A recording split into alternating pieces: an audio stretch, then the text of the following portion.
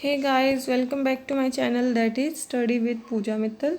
आज मैं आपके लिए जो वीडियो लेके आई हूँ वो किस टॉपिक पे वीडियो है। अभी तक मैंने डेवलपमेंटल बायोलॉजी की 4 वीडियो बनाई हैं। हाँ, 4 ही वीडियो बनाई हैं। तो उन चारों वीडियोस से रिलेटेड ही मैं क्वेश्चंस लेके आई हूँ। अगर आपने वो वीडियो नहीं देखी हैं तो आपको काफ़ी हेल्प मिलेगी, क्योंकि वो बेसिक है डेवलपमेंटल बायोलॉजी का। और जो अब मैं क्वेश्चन आपको दिखाऊंगी कि बेसिक कितना इम्पोर्टेंट होता है, कैसे कैसे क्वेश्चंस आते हैं एंट्रेंस एग्ज़ाम में। अभी मैंने 2-3 एग्ज़ाम ही देखे थे। बाकी आपके पास कोई एग्ज़ाम का पेपर हो लाइफ साइंसेस से रिलेटेड तो आप मेरे को कमेंट बॉक्स में कमेंट कर सकते हो कि इस एग्ज़ाम का भी हमें चाहिए। तो आइए बिना कोई देरी के शुरू करते हैं अपने डेवलपमेंटल बायोलॉजी के इम्पोर्टेंट एंट्रेंस बेस्ड एमसीक्यूज़ के बारे में। ठीक है। सबसे पहला क्वेश्चन जो यहाँ पे है वो क्या क्वेश्चन है। क्वेश्चन में आया है कि the pancreas of vertebrate consist of cell derived from. अब वही बात है जिसने वो मैंने कल क्या पढ़ाया था, एपिथेलियल मेसेनकाइमल इंटरेक्शन। उसमें मैंने एक टेबल लर्न करवाई थी कि आप सबको वो टेबल लर्न करनी है कि कौन सा ऑर्गन किस ऑर्गन से मिलकर बना है। तो इस क्वेश्चन में क्या पूछ रखा है, the pancreas of vertebrate consist of cell derived from. आइए चलो टेबल देखते हैं। यही वाली टेबल थी जो मैंने कल वाले लेक्चर में बताई थी।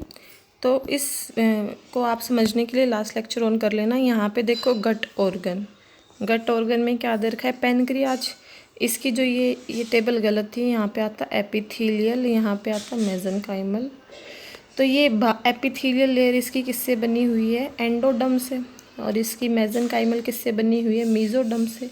तो मतलब पैनक्रियाज किस किस लेयर से मिलकर बने हैं अपने, पैनक्रियाज बने हैं endoderm and mesoderm. So the right answer is endoderm and mesoderm. तो अभी आपने देखा कि right answer is endoderm and mesoderm. वो टेबल याद करने से हो गया ये क्वेश्चन। तो वो टेबल बहुत ही ज़्यादा इंपॉर्टेंट है, उसको याद कर लेना। ठीक है। आगे वाला क्वेश्चन हम ये किस में आया हुआ है, DU 2016 जूलॉजी के पेपर में आया हुआ है question.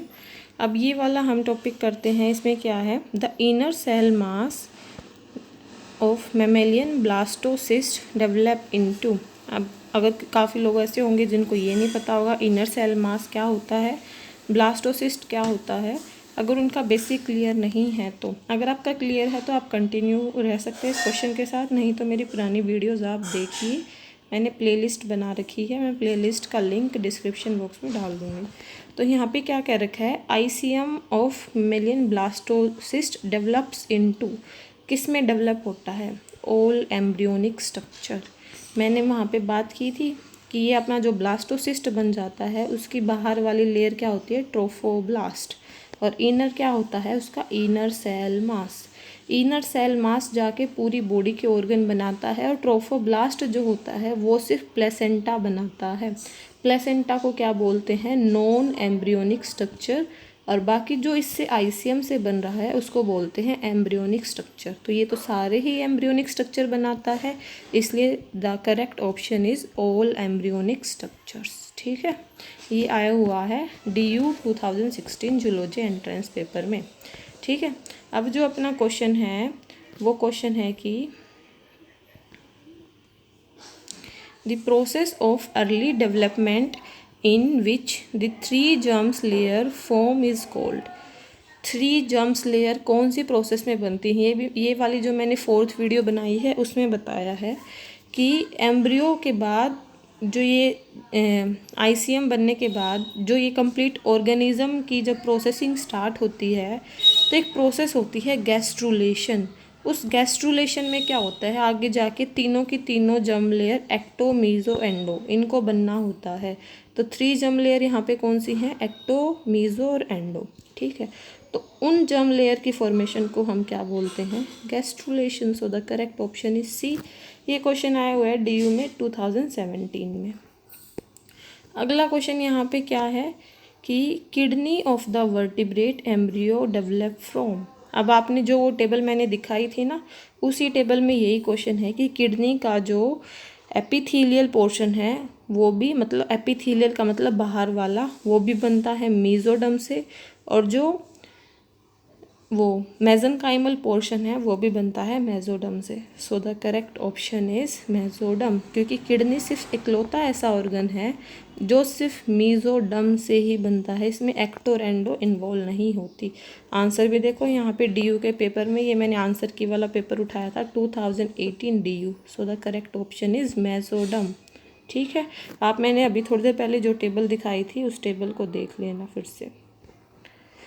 The inner cell mass of mammalian blastocyst develop into, अभी जो ये क्वेश्चन किया था 2016 वाले पेपर में, वही 2018 में फिर से रिपीट हो गया कि इनर सेल मास, तो ये मतलब जो बेसिक चीज़ें होती हैं, हम सोचते हैं पता नहीं हाई लेवल का आ गया, बाहर से आ गया, कुछ हाई लेवल का नहीं होता, सारी चीज़ें सबसे जहाँ से बेस शुरू होता है वहीं से होती हैं। तो inner cell mass of mammalian blastocyst develop into all embryonic structure. ठीक है, ऑल एम्ब्रियोनिक का मतलब अंदर वाले सारे स्ट्रक्चर बन जाएंगे। जो प्लेसेंटा था वो क्या था, नॉन एम्ब्रियोनिक था, सिर्फ उसको छोड़कर। ठीक है, क्लियर हो गया होगा ये क्वेश्चन भी। फिर यहाँ पे एक CSIR नेट का क्वेश्चन भी लेके आई हूँ मैं। कल जो हमने लेक्चर पढ़ा था सेल सेल कम्युनिकेशन, उसमें इंडक्शन प्रोसेस की बात की थी, इंड्यूसर, रिस्पोंडर, कॉम्पिटेंस, ये सब मैंने टर्म वहाँ पे यूज़ की थी। तो उसके ऊपर भी क्वेश्चन देख लेते हैं कि कैसे CSIR नेट, जो इतना बड़ा हाई लेवल का पेपर जिसको हम मानते हैं ना, CSIR नेट 2016 का क्वेश्चन है ये। Cell to cell communication is important in development of an organism. The ability of cell to respond to a specific inductive signal is called competence. Answer is 2. ये कल मैंने पढ़ाया था कि एक इंड्यूसर होता है, एक रिस्पोंडर होता है। इंड्यूसर कुछ सिग्नल भेजेगा जिसको रिस्पोंडर के पास क्या होता है, एक रिसेप्टर प्रोटीन, वो रिसेप्टर प्रोटीन इन सिग्नल को एक्सेप्ट करेगा। इस रिसेप्टर प्रोटीन की एबिलिटी इन सिग्नल को एक्सेप्ट करने की, इसको क्या बोलते हैं, कॉम्पिटेंस। तो सिर्फ उसी के ऊपर ही क्वेश्चन आ गया कि कॉम्पिटेंस क्या होता है। ठीक है, सो the correct answer is competence.